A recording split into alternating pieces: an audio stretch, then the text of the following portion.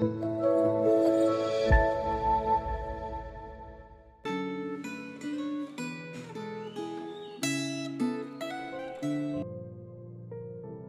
Shalom para pendengar Gema sekalian, dan kita hari ini akan bersama-sama untuk merenungkan firman Tuhan sekali lagi dari Efesus pasal yang kedua,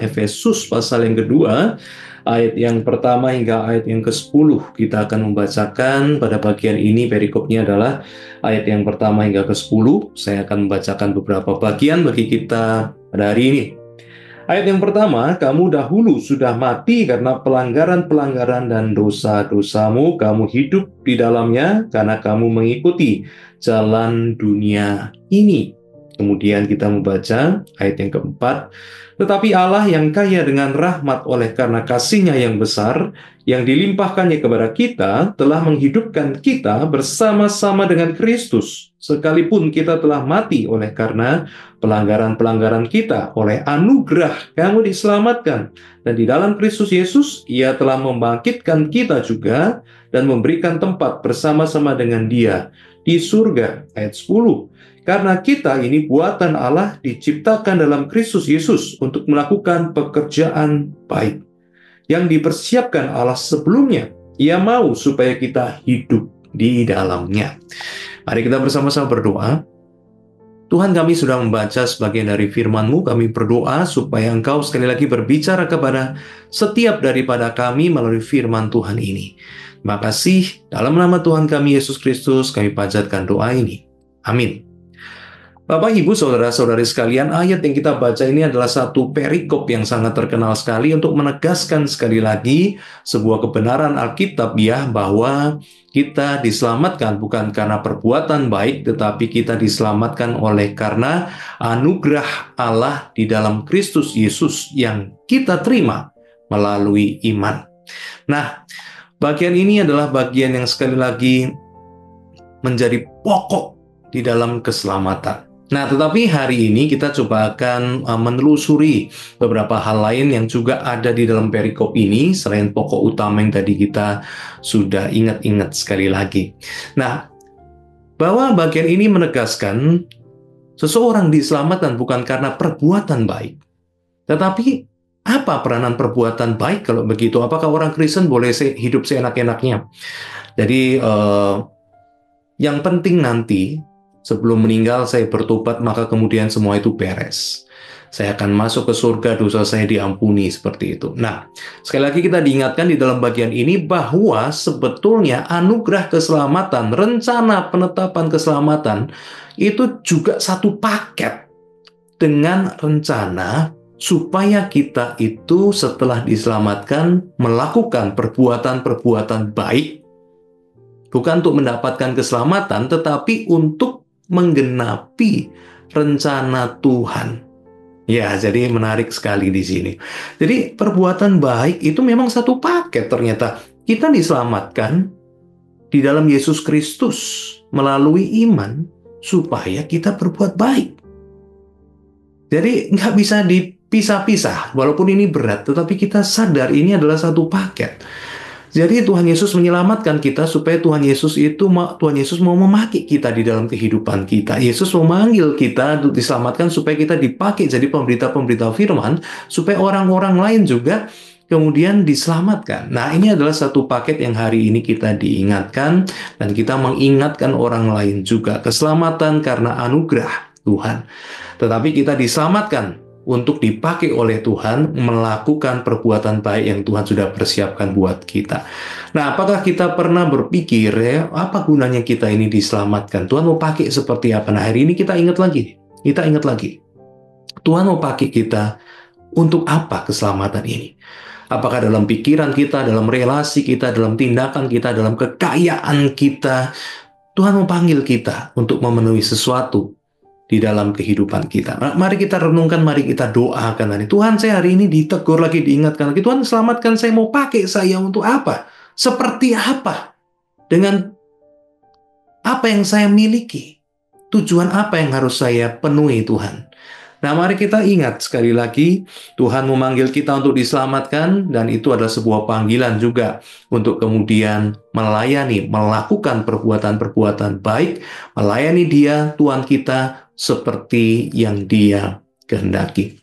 Nah, ini bukan hal yang gampang. Nah, kita masuk ke poin berikutnya. Mengikut Tuhan, mengalami perubahan, melakukan perbuatan baik bukan karena kemunafikan, bukan karena kita itu mau mendapatkan sesuatu dari Tuhan, untuk membujuk Tuhan supaya memberkati kita. Enggak.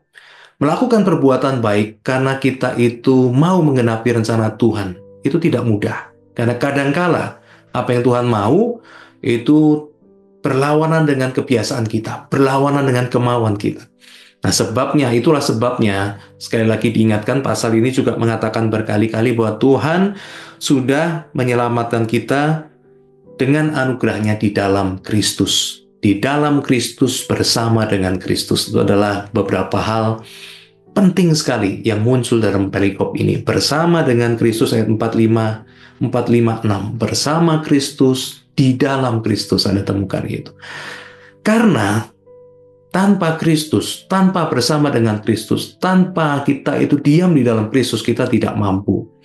Nah, ini adalah satu hal yang hari ini kita diingatkan untuk terus menjalin kehidupan kita itu di dalam Kristus dan bersama dengan Kristus. Tanpa Dia tidak mungkin. Jadi terus kita jaga relasi kita dalam kita bersatu teduh seperti saat ini, dalam kita berdoa, setiap waktu di mobil, di jalan, di KRL, di sekolah, di tempat kerja, begitu.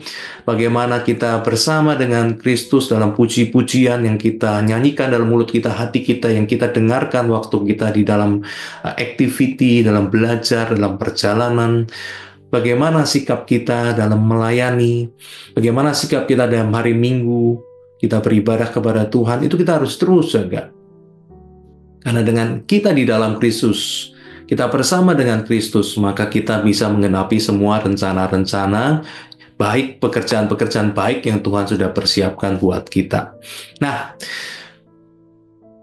hal penting lain yang hari ini saya mau ingatkan, selain kita itu di dalam Kristus dan bersama dengan Kristus, adalah bagaimana kita itu bersama-sama dengan orang-orang yang kita kasihi bertumbuh di dalam Tuhan. Nah, ini satu hal yang penting sekali hari ini saya juga ingatkan bersama.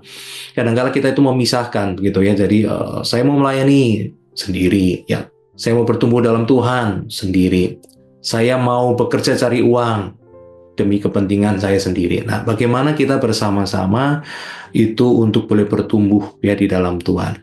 Jadi kita bersama-sama cari kesempatan, ibadah bersama, nyanyi bersama, berdoa bersama.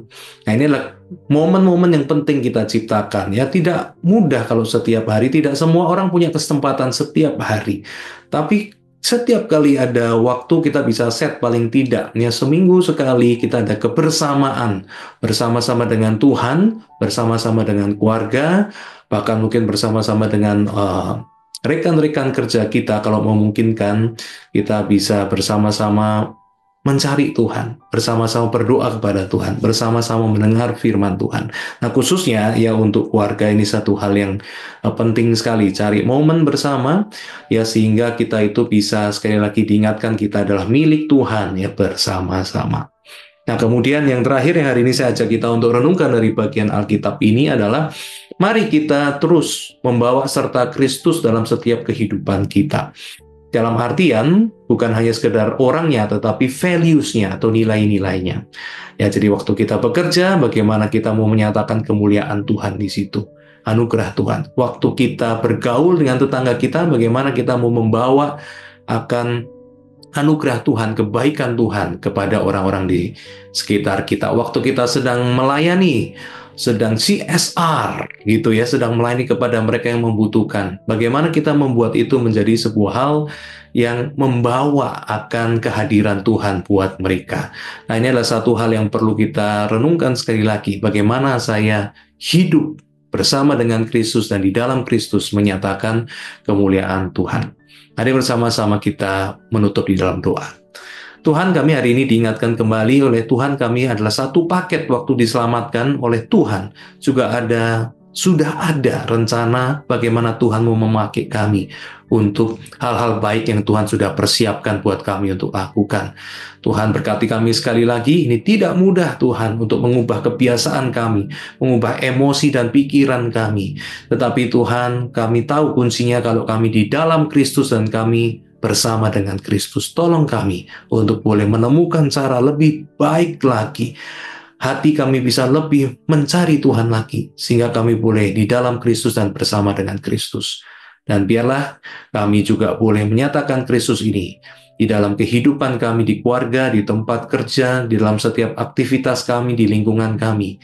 Terima kasih, inilah doa kami dalam nama Tuhan Yesus Kristus kami berdoa. Amin. Makasih, Tuhan berkati kita sekalian. Amin.